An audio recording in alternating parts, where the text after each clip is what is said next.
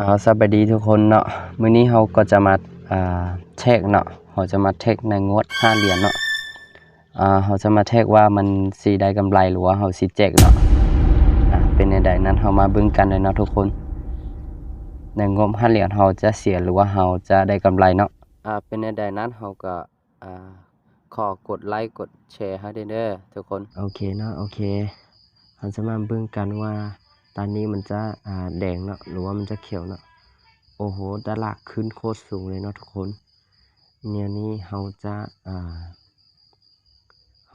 ลงแดงหรือว่าเราจะลงเขียวเนาะทุกคนมื้อนี้เราอัดคลิปนี้ก็อยู่ประมาณวันที่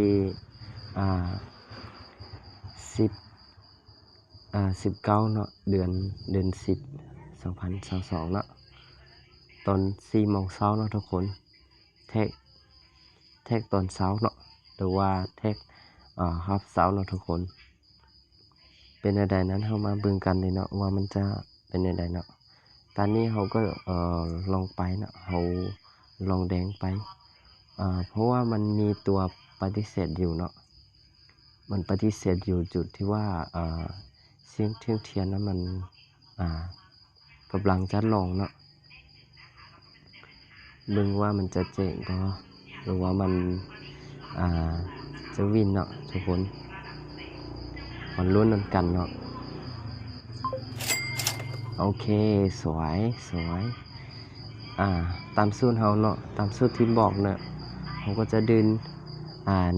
1อย่างเดียวเนาะถ้ามันตกหรือว่ามันเสียนะเราก็จะดึง1เราบ่คูณเงินเลยเนาะเพราะว่าเรามีทุนน้อยเราต้องรักษาเนาะเราต้องรักษาทุนเราเนาะลิ้นแบบมวนๆไปเนาะมันๆไปโอเคเนาะตอนนี้เราลงเขียวเนาะทุกคนลองเบิ่งว่าเขียวจะขึ้นบ่จะวินหรือว่าจะแจกเนาะทุกคนขึ้นไปเป็นหยังเพราะเราจึงลงเขียวเนาะเพราะว่ามันกำลังตัดจุดอยู่จุดเสียงเทียนเนาะมันกำลังตัดอยู่มันน่าจะขึ้นเป็นแท่งขาขึ้นเนาะก็เลยว่าลงเขียวไปเนาะโอเคสวยทุกคนสวยเนาะตอนนี้เขียวน้อยเดียวเนาะ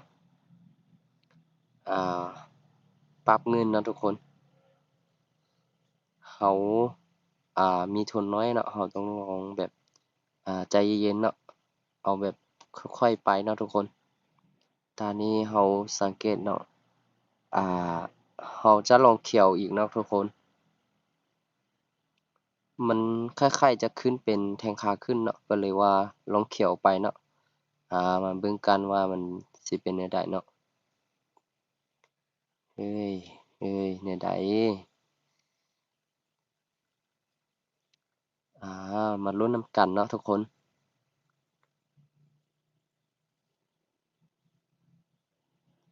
จุดนี้มันโอกาสที่มันจะลงก็มีหลายเนาะแต่ว่าโอกาสที่มันจะขึ้นก็มีหลายกันเนาะ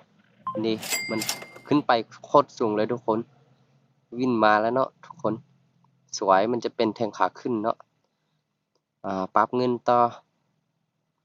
มื้อนี้เราก็มาแบบชิลๆเนาะทุกคนมาแบบไปแบบน้อยๆเนาะลงทุนน้อยเอาเนาะทุกคนกำไรมา5เหรียญ6เหรียญได้มา5-6เหรียญก็เอาเนาะทุกคนตอนนี้เราจะลองแดงลองเขียวอีกเนาะทุกคนมันจะเป็นแท่งขาขึ้นเนาะลองเขียวไว้เลยทุกคนเบิ่งไปเขียวต้องมาแล้วทุกคนเพราะว่าอาจจะเป็นเขียวก็ได้เนาะเพราะว่ามันจะเป็นจุดไปไส้เนาะมันมีโอกาสที่จะเป็นเขียวอีกเนาะเส้นเทียนมันลื่นขึ้นแล้วเนาะทุกคนมันก็เลยว่าอาจจะเป็นแท่งขาขึ้นเนาะมาลุ้นโอเคสวยโอเควินเนาะทุกคนวินตอนนี้นะสวยงามเนาะปักเงินต่อเนาะทุกคนโอเคตอนนี้เราจะลองเขียวอีกเนาะตอนนี้น่าจะขึ้นเขียวต่อได้อยู่เนาะทุกคน แต่ว่าก็บ่แน่นอนเนาะอิหยังก็เปลี่ยนไปได้คือกันเนาะมันเราต้องรับความเสี่ยงให้ได้เนาะทุกคนโอเคเขียวเริ่มมาแล้วโอเคสวยขึ้นไปทนน้อยเราต้องแบบประหยัดเนาะไปแบบน้อยๆเนาะแนวใดนั้นเรามาเบิ่งกันเนาะทุกคนว่ามันสิวินหรือว่ามันสิแจกเนาะโอเคเอ้ยเอ้ยโอ้โฮโอเคมันแบบเสมอเนาะเดี๋ยวนี้มันเสมอก็มีเนาะมันบ่ได้อิหยังเลยเนาะเสมอได้แต่ทนคืนเนาะทุกคนโอเคปรับเงินต่อโอเคโอเคเนาะมันน่าจะเป็นอ่ามันจะลงเป็นแดงเนาะถือว่าค่อยเบิ่งไปเนาะโอเคเราลงแดงเนาะลองเบิ่ง